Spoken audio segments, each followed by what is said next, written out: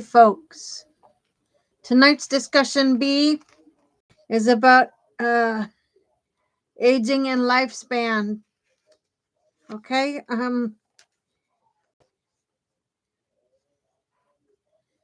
copy and pasted across the lifespan. Aging rewrites the rules of uh, psychology, physiology, and aspirin. Once a symbol of simple, accessible prevention is now a vivid example of why timing matters.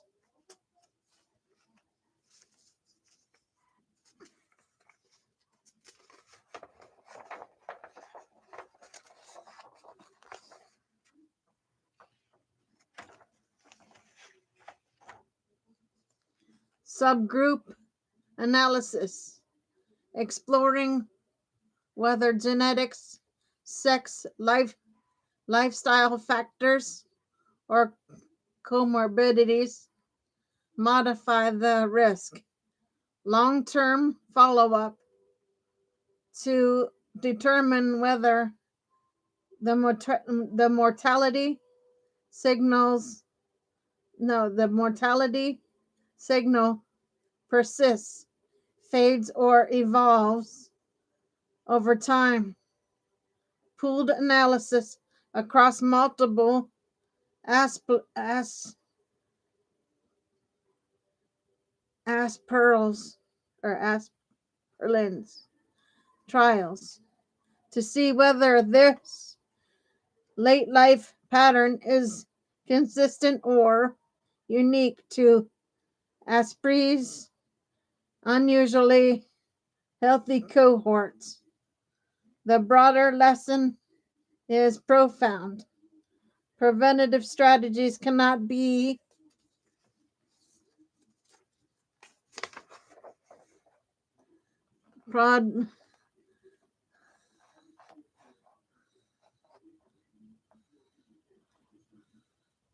protects at one stage of life may not protect against another.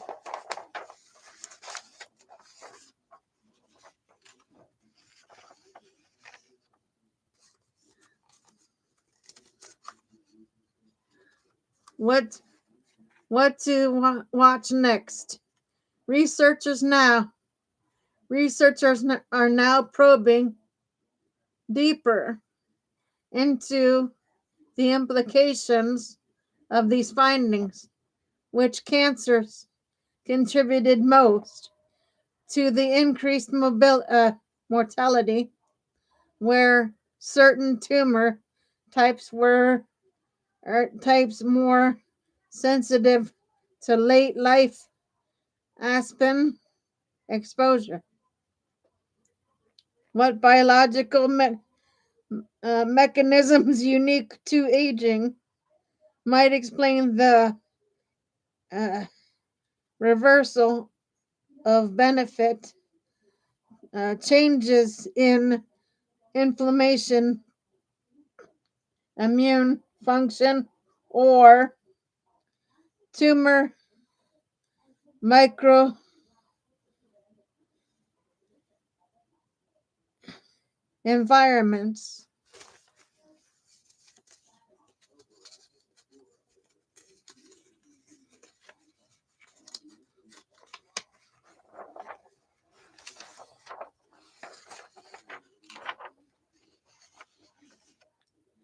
Benefits and potential for increased cancer mortality. Clinical decisions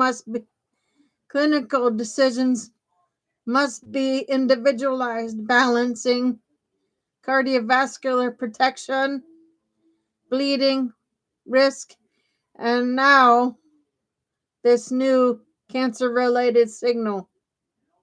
Anyone 70 or older who is taking aspirin, specifically for cancer, prevention should discuss it with a clinician, as the risk benefit equation may be very different than once assumed.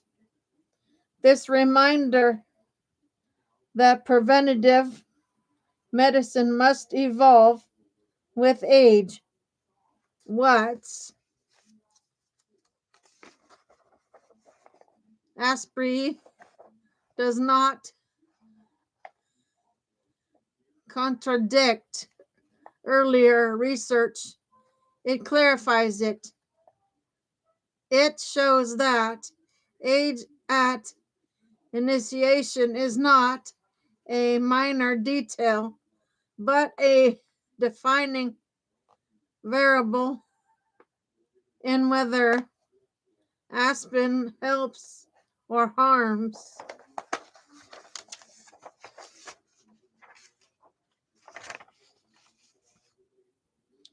Practical takeaway: aspirin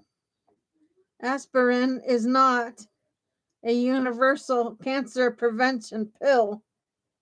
Its effects depend heavily on when in life it is started. Older adults should not begin aspirin solely for cancer prevention, given the lack of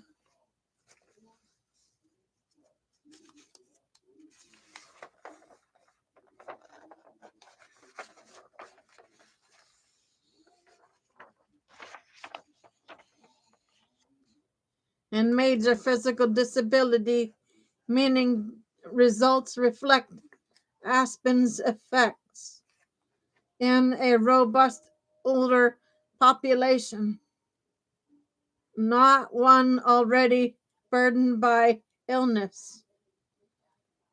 The median follow-up of 8.6 years provides enough time to observe meaningful cancer trends and mortality patterns. As a randomized placebo-controlled trial, aspirin avoids many of the biases that can distort observational studies, giving its findings usually weigh in reshaping clinical guidance.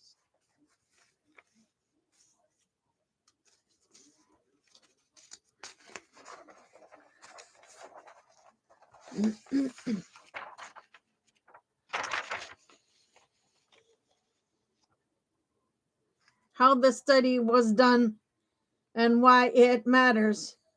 The findings come from the ASPRE trial. Aspirin in reducing events in the elderly, and it extended follow-up. One of the most rigorous examinations of aspirin used in older adults to date. 19,114 community dwelling adults aged 70 plus or 65 plus for U.S.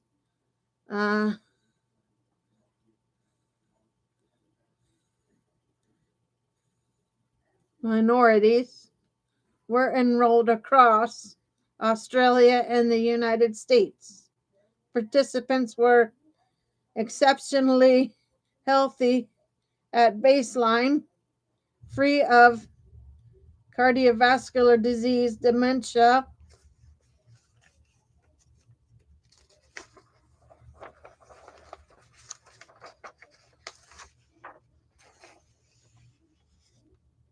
earlier landmark studies showing cancer prevention benefits, followed people who started aspirin in their 40s, 50s, and early 60s and continued for decades. The ASPRI analysis asks a different question. What if you start aspirin only after age 70? The answer appears to be that the benefits do not translate and may reverse. This is why the headline warns that a once promising preventative tool can backfire when initiated too late in the lifespan.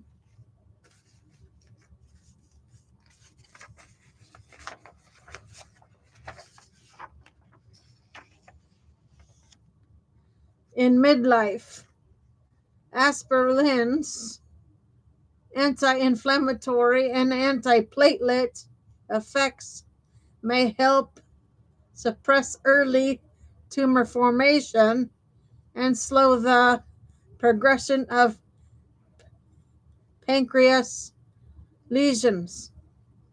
By age 70, however, the uh, immune the immune system is less efficient. Chronic inflammation behaves differently, and cellular repair mechanisms have shifted. The same drug that once nudged biology forward or toward protection may now interact with these altered systems in ways that are neutral or even harmful.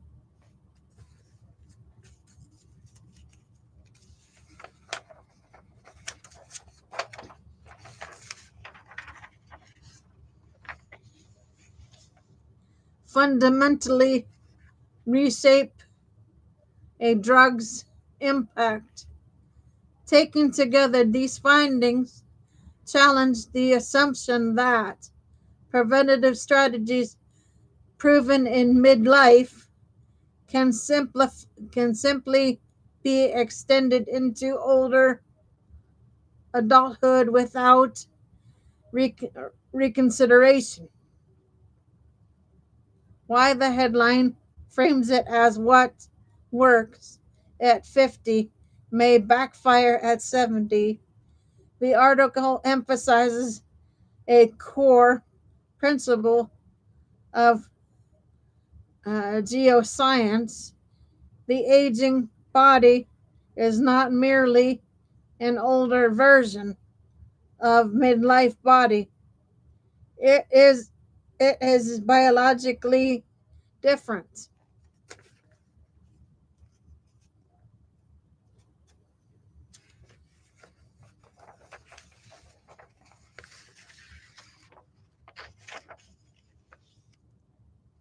Appeared during the years participants were actively taking aspirin and diminished after the trial medication stopped, suggesting a time sensitive interaction rather than a permanent shift in cancer biology. Colorectal cancer. The cancer most consistently reduced by aspirin in younger cohorts showed no benefit at all. This is a dramatic departure from prior research and highlights how aging alters inflammatory pathways, immune surveillance, and tissue repair in ways that can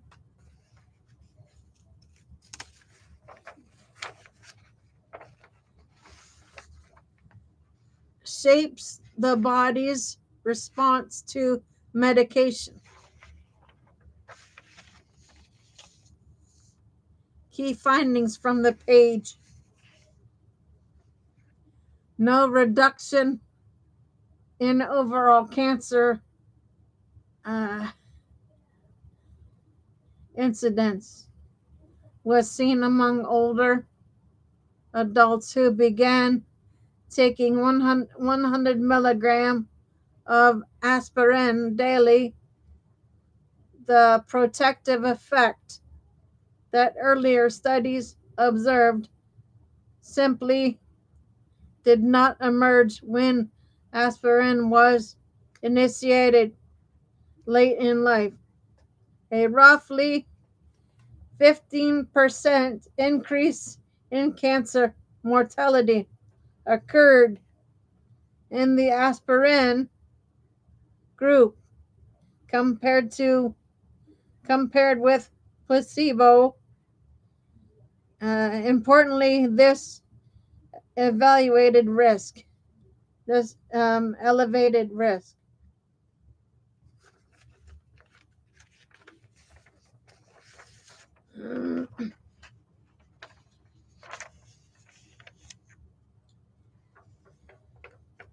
In short, the article reveals a shrinking reversal in long held medical assumptions. Beginning a daily low dose aspir,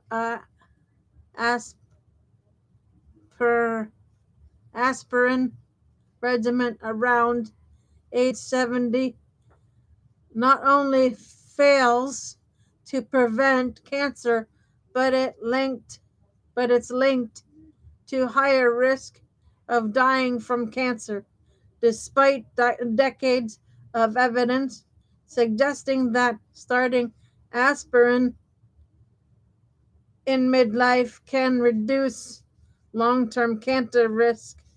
The headline details this tension into a single warning.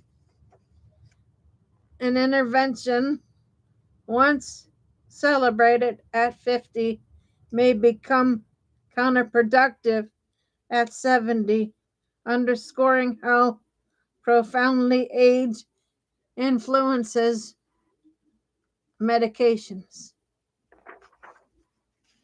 Okay, guys, that is B for you. I will be back on with C in a few minutes. For now, Gator Wellness, take care, folks.